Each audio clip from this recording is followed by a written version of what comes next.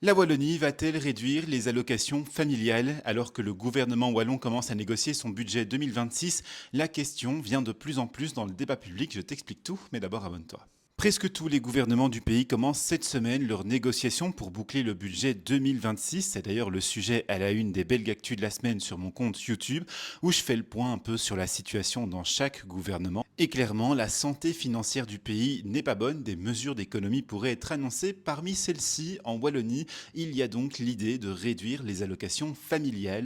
Le gouvernement wallon, comme tous les autres, est en déficit et il doit corriger cela. Alors, depuis déjà plusieurs mois, c'est l'EMR qui a mis cette idée sur la table de supprimer les allocations familiales à partir du quatrième enfant. Une idée qu'ils ont, mais qui dans tous les cas ne passera pas facilement. Leurs partenaires au gouvernement, notamment les engagés, s'y sont montrés clairement opposés. Des associations telles que la Ligue des familles y sont aussi clairement fortement opposées. Chez eux, on parle même d'une ligne rouge. Cependant, attention, certains indicateurs montrent qu'on pourrait quand même se diriger dans la voie d'une limitation des allocations familiales. Le premier, il est venu de la Flandre qui, elle, vient de terminer les négociations pour son budget 2026 et qui a ouvert la voie à une modification des allocations familiales.